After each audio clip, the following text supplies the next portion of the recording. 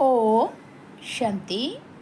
आज है 27 अक्टूबर 2025 की साकार मुरली है।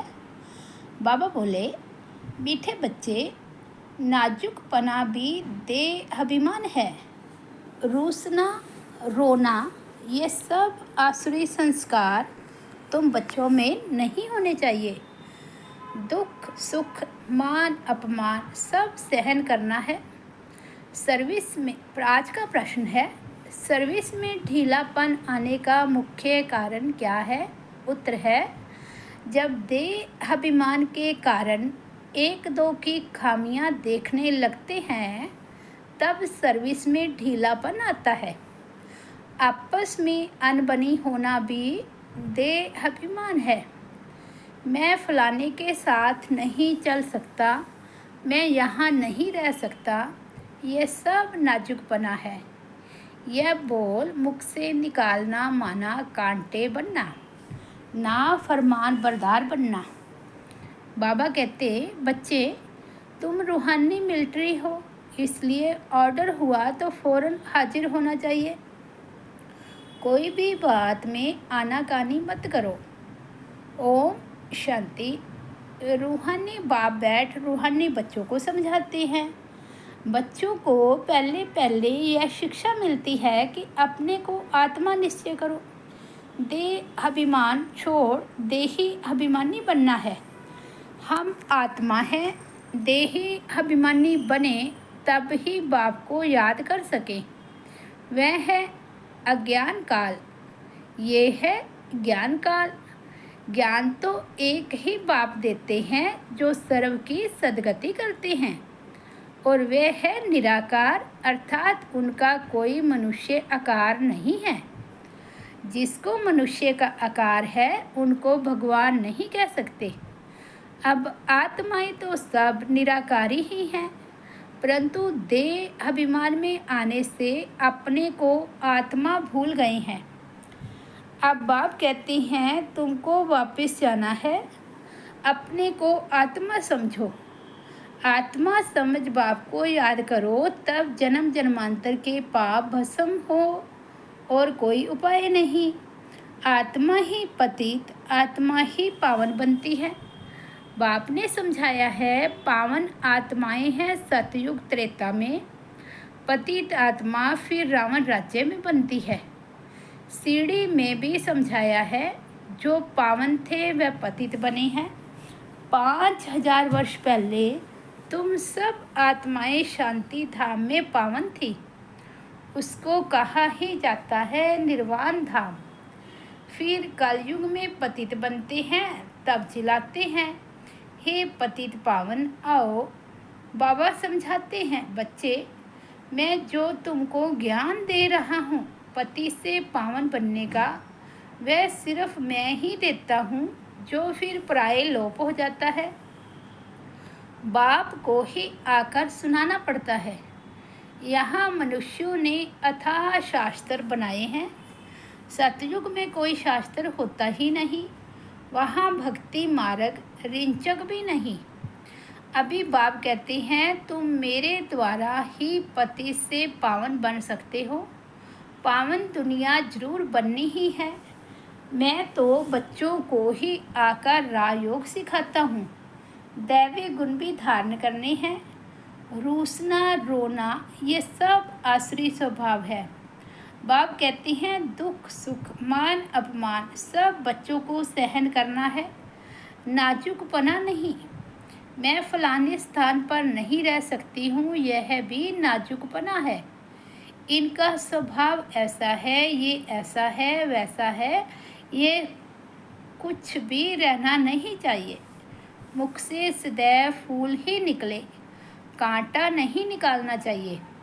कितने बच्चों के मुख से कांटे बहुत निकलते हैं। किसको गुस्सा करना भी कांटा है। एक दो में बच्चों की अनबनी बहुत होती है। देह अभिमान होने कारण एक दो की खामियां देखते खुद में अनेक प्रकार की खामियां रह जाती है, इसलिए फिर सर्विस ढीली पड़ जाती है। बाबा समझते हैं, यह भी ड्रामा अनुसार होता है, सुधरना भी तो है। मिलिट्री के लोग जब लड़ाई में जाते हैं तो उनका काम ही है दुश्मन से लड़ना। फ्लड्स होती है व कुछ हंगामा हुआ तो भी बहुत मिलिट्री को बुलाते हैं। फिर मिलिट्री के लोग मजदूरों आदि का काम भी करने लग पड़ते हैं। गवर्नमेंट मिलिट्री को ऑर्डर करती है ये मिट्टी सारी भरो, अगर कोई न आया तो गोली के मुंह में। गवर्नमेंट का ऑर्डर मानना ही पड़े। बाप कहते हैं तुम भी सर्विस के लिए बांधे हुए हो।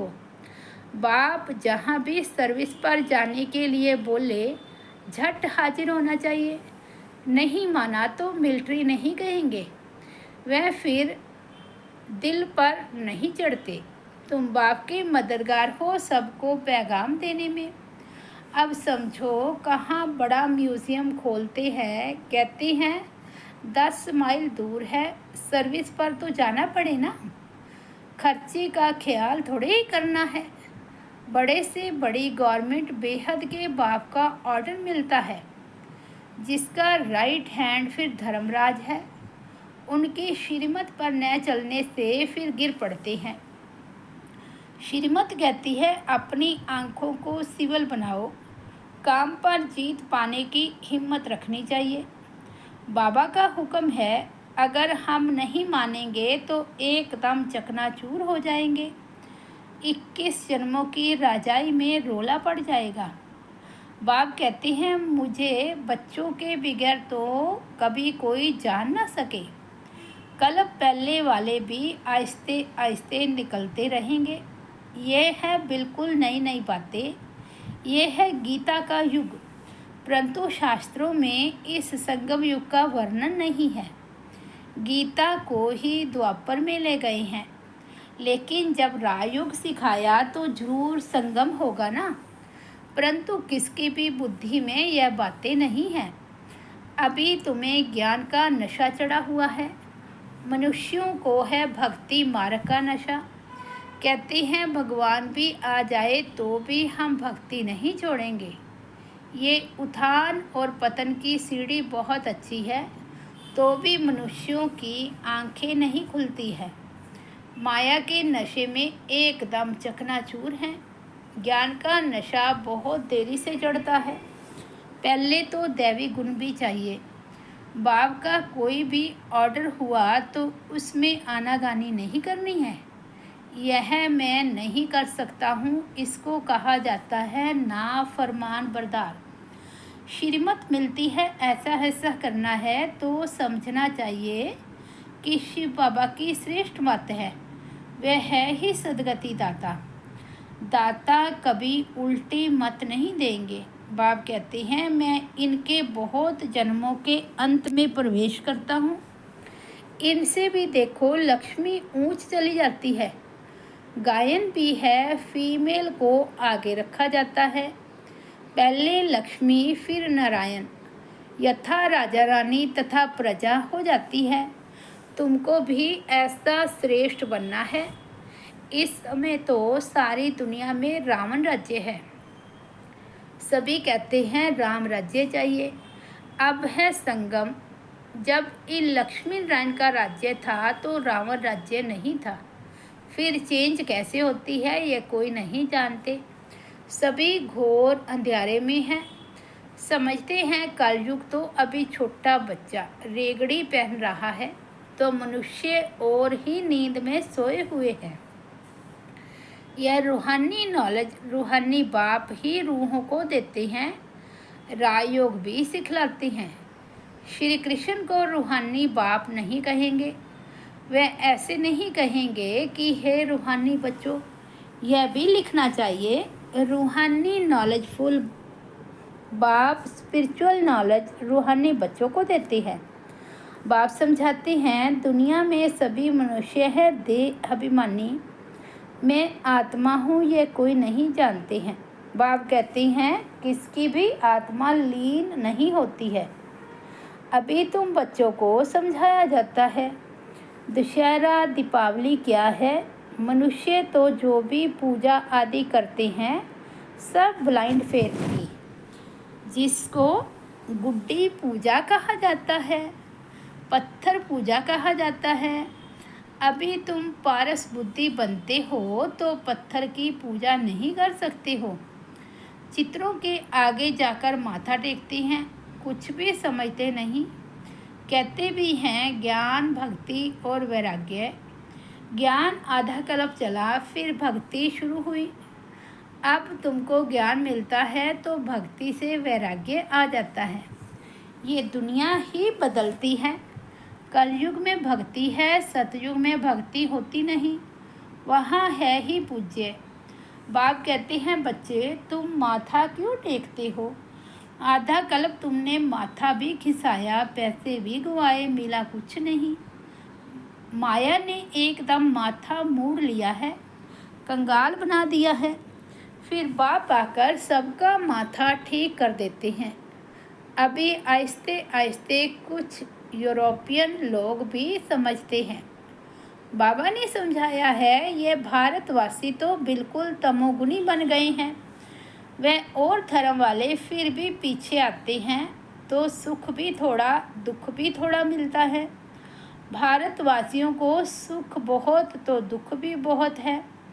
शुरू में ही कितने धनवान एकदम विश्व के मालिक होते हैं, और धर्म वाले कोई पहले थोड़े ही धनवान होते हैं। पीछे वृत्ति को पाते पाते अभी आकर धनवान हुए हैं। अब फिर सबसे भिखारी भी भारत बना है। अंध श्रद्धालु भी भारत है। यह भी ड्रामा बना हुआ है। बाप कहते हैं मैंने जिसको हेवन बनाया वह हेल बन गया है। मनुष्य बंदर बुद्धि बन गए हैं, उनको मैं आकर मंदिर लायक बनाता हूँ।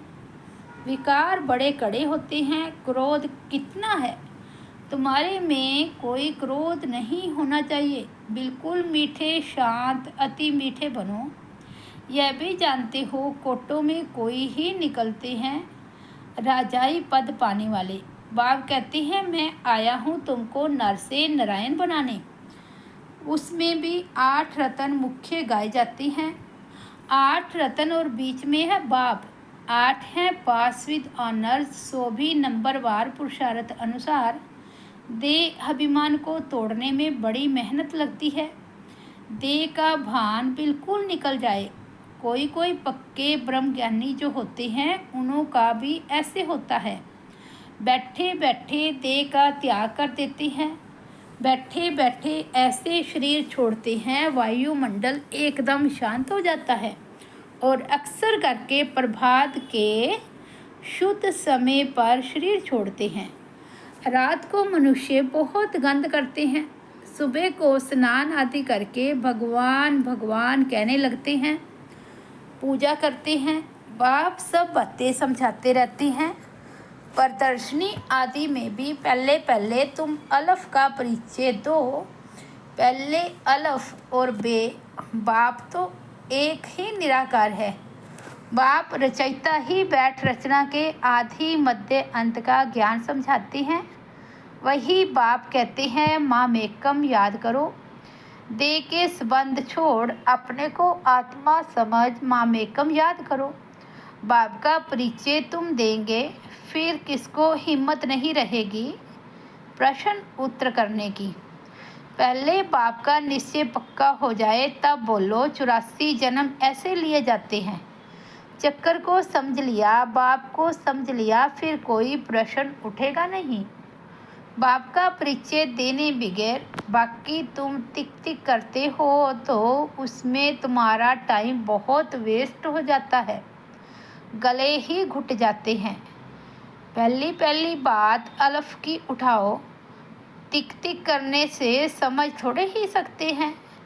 बिल्कुल सिंपल रीति और धीरे से बैठ समझाना चाहिए। जो देही अभिमानी होंगे वही अच्छा समझा सकेंगे। बड़े बड़े म्यूज़ियम में अच्छे अच्छे समझाने वालों को मदद देनी पड़े। थोड़े रोज़ अपना सेंटर छोड़ मदद देने आ जाना है। पिछाड़ी में सेंटर संभालने कोई को बिठा दो। अगर गद्दी संभालने लायक कोई को आप समान नहीं बनाया है तो बाप समझेंगे कोई काम के नहीं, सर्विस नहीं की। बाबा को लिखते हैं सर्विस छोड़ कैसे जाए। अरे बाबा हुक्म करते हैं फलानी जगह प्रदर्शनी है, सर्विस पर जाओ। अगर गद्दी लायक किसको नहीं बनाया है तो तुम किस काम के। बाबा ने हुक्म किया छठ भागना चाहिए। महारथी ब्राह्मणी उनको कहा जाता है, बाकी तो सब हैं घोड़े सवार प्यादे। सबको सर्विस में मदद देनी है। इतने वर्ष में तुमने किसको आप समान नहीं बनाया है तो क्या करते थे। इतने समय में मैसेंजर नहीं बनाया है जो सेंटर संभाले। कैसे कैसे मनुष्य आते हैं जिनसे बात करने का भी अकल चाहिए। मुरली भी जरूर रोज पढ़नी है अथवा सुननी है। मुरली नहीं पढ़ी गोवा एब्सेंट पड़ गई। तुम बच्चों को सारे विषय पर गहराव डालना है। तुम सारे विषयों की सेवा करते हो ना। पति दुनिया को पावन बनाना ये गहराव डालना है ना। सभी को मुक्ति जीवन मुक्ति धाम का रास्ता बताना है, दुख से छुड़ाना है। अच्छा मीठे मीठे सिक्की लदे बच्चों प्रति माता पिता बाप दादा का याद प्यार और गुड मॉर्निंग। रूहानी बाप की रूहानी बच्चों को नमस्ते। हम रूहानी बच्चों की रूहानी बाप दादा को याद प्यार गुड मॉर्निंग और नमस्ते। धारणा के लिए मुख्य सार फर्स्ट पॉइंट है बहुत मीठे शांत अति मीठे स्वभाव का बनना है। कभी भी क्रोध नहीं करना है। अपनी आँखों को बहुत बहुत सिवल बनाना है। सेकंड पॉइंट है बाबा जो हुक्म करे उसे फौरन मानना है। सारे विश्व को पति से पावन बनाने की सेवा करनी है, अर्थात गहराव डालना है। आज का सतगुरु बाबा का वरदान है बाप की याद द्वारा असंतोष की परिस्थितियों में सदा सुख व संतोष की अनुभूति करने वाले महावीर भव। सदा बाप की याद में रहने वाले हर परिस्थिति में सदा संतुष्ट रहते हैं, क्योंकि नॉलेज की शक्ति के आधार पर पहाड़ मुआफिक परिस्थिति भी राई अनुभव होती है। राई अर्थात कुछ नहीं। चाहे परिस्थिति असंतोष की हो, दुख की घटना हो, लेकिन दुख की परिस्थिति में सुख की स्थिति रहे तब कहेंगे महावीर। कुछ भी हो जाए नथिंग न्यू के साथ साथ बाप की स्मृति से सदा एक रस स्थिति रह सकती है। फिर दुख अशांति की लहर भी नहीं आएगी। स्लोगन है अपना दैवी स्वरूप सदा स्मृति में रहे तो कोई की भी व्यर्थ नजर नहीं जा सकती। अव्यक्त इशारे स्वयं और सर्व के प्रति मनसा द्वारा योग की शक्तियों का प्रयोग करो। जैसे साइंस की शक्ति का प्रयोग लाइट के आधार पर होता है। अगर कंप्यूटर भी चलता है तो कंप्यूटर माइट है, लेकिन आधार लाइट है। ऐसे आपके साइलेंस की शक्ति का भी आधार लाइट है।